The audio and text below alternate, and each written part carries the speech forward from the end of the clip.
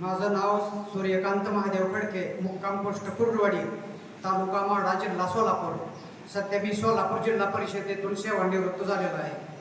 मी मलकापूरला डिसेंबर 2021 पासून रेग्युलर येतो. तेव्हापासून पौर्णिमेच्या वाराने पारायण अखंड चालू आहे. माझा मुलगा BSc ॲग्री MBA झालेला होता पुण्याला. मग कंपनीमार्फत त्याला म्हणजे विद्यापीठाकडून स्टायपेंडवर एका कंपनीकडे त्याला स्टायपेंडवर काम दिलं 6 महिने. मग ती सतत डिप्रेशनमध्ये होता, पुढं आपल्याला नोकरी लागेल का नाही.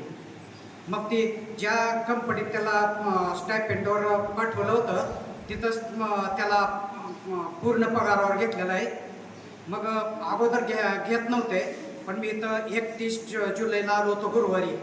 सुभाष बाप्पांच्या समाधी समोर मागणं मागितलं. दुसऱ्याच दिवशी ऑर्डर मिळाली त्याला.